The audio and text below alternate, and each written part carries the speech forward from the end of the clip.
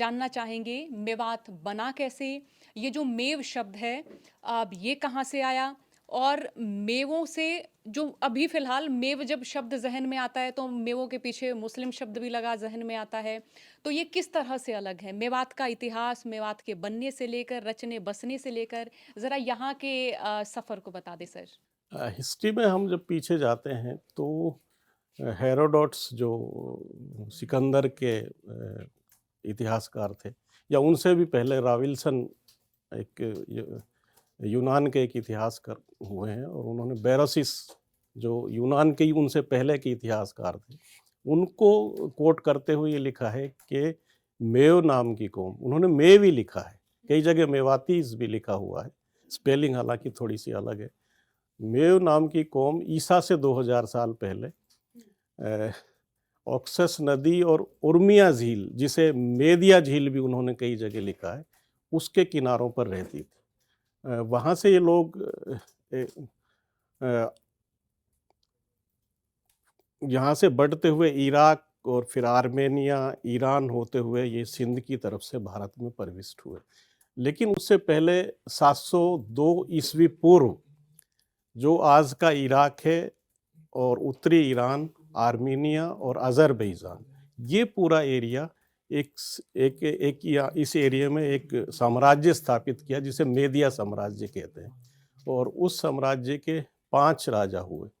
उनमें से आखिरी राजा इस्तगासु हुआ, उसको जो दारा प्रथम था जिसने पर्शियन साम्राज्य की नींव रखी थी, वो उनका नवासा होता था, उनकी बेटी का लड़का था। उन्होंने उनको कत्ल किया अपने नाना को, और उन्होंने फिर पर्शियन साम्राज्य की नींव डाली जिसे हम दारा प्रथम कहते हैं। वहाँ से ये लोग सिंध से होते हुए पहले सिंध में प्रविष्ट हुए हैं, और 30 या 40 ईस्वी में जो जो आज का इतिहास है उसमें मेवों का पंजाब में होना सिद्ध होता है। लेकिन उससे पीछे अगर हम जाएं तो महाभारत काल में हम पाते हैं कि जहाँ मेवात है ये मत्स्य प्रदेश कहलाता था। इसके पूर्व में सूरसेन था, पश्चिम में तिरगत था, साउथ में विराट था और नॉर्थ में इंद्रप्रस्थ था। तो ये ही वो एरिया है जो आज मेवात कहलाता है। इसी तरह एक स्टेट मध्य प्रदेश था पंजाब में, जिससे पांडवों की माँ माद्री थी, और मद्र मेद को ही संस्कृत में मद्र लिखा गया है, और ये मद्र ही आज का मेव है। ये बहुत सारे सोर्सेज हैं जिनसे हम ये सिद्ध कर सकते हैं। सिंध से मेव मारवाड़ में आए, मेवाड़। मेवाड़ का पुराना नाम मेदपाट है, यानी मेव प्रदेश। राजपूतों को उदय के बाद ये लोग वहाँ से हटे हैं। अभी भी मेवाड़ में मेदाल्य और मेड़ता 2 जगह हैं, 2 सिटी हैं बल्कि, वहाँ पे मेवों की आबादियाँ हैं। और एक मेव का ही एक आप समझ लें एक शाखा है मेर, जो आज भी मेवाड़ में और मारवाड़ में दोनों जगह मिलती है। अभी मैं मारवाड़ गया था तो वहाँ बीकानेर की जो लाइब्रेरी है उसमें मैंने देखा, उन्होंने लिखा है कि भाई मेवाड़ और मारवाड़ दोनों ही मेव ने बसाए हैं। 2 भाई थे, मेव उन्होंने जो अपने हिसाब से बताया। लेकिन हम ये मानते हैं कि पहले मेवाड़ फिर मारवाड़ बसाया और फिर मेवात आकर बसा है। मेवात के बारे में कि यूरोपियन ए कनिंघम ने भी ये लिखा है कि भाई ये लोग बहुत बहादुर थे, और ये लोग सबसे बड़ी बात ये है कि इन लोगों का जो खून है उसमें किसी और उसकी मिलावट नहीं है, शुद्ध क्षत्रिय हैं।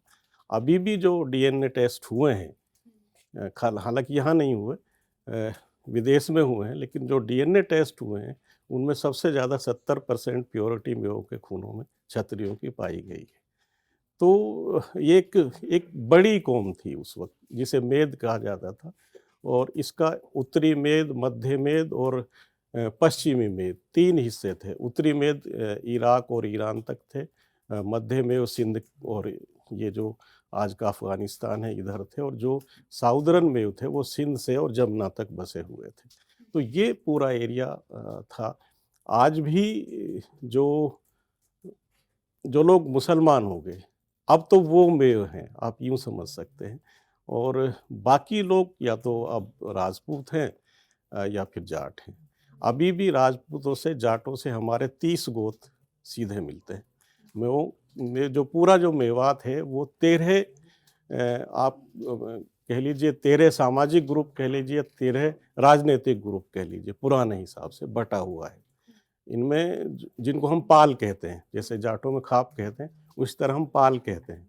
पाल के किसी के 360 गांव हैं, एक पाल डेमरोथ है, उसके 757 गांव हैं। तो उनमें से 5 जो पाल हैं वो जादूवंशी कहलाती हैं, 4 पाल हैं वो तोमरवंशी कहलाते हैं, जो अपने आप को पांडवों का वंशज मानते हैं।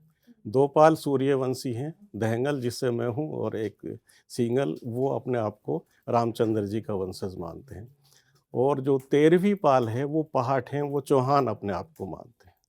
इसके अलावा ये जो 12 पालों के अलावा 52 गोत्र हैं, छोटे छोटे गोत्र, किसी के 10 गांव हैं, किसी के 50 गांव हैं, वो सब भी इसी तरह बटे हुए हैं। जैसे 19 गोत्र हैं या 20 गोत्र हैं वो जादूवंशी हैं, 18 गोत्र ये मतलब तोमरवंशी हैं, इसी तरह से एक गोत्र चौहान वंशी है।